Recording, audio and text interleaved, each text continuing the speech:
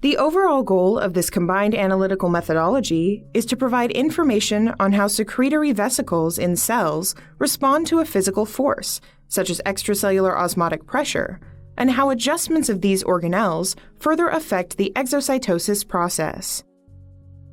This method can help answer key questions in the neuroscience field, such as how do secretory vesicles directly respond to changes in the extracellular environment or to drug treatment.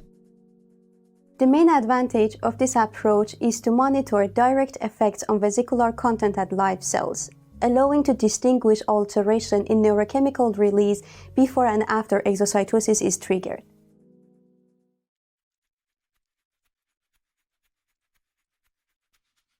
To obtain a flat disc electrode surface, place the electrode in the holder of a microgrinder and bevel each carbon fiber electrode at an angle of 45 degrees.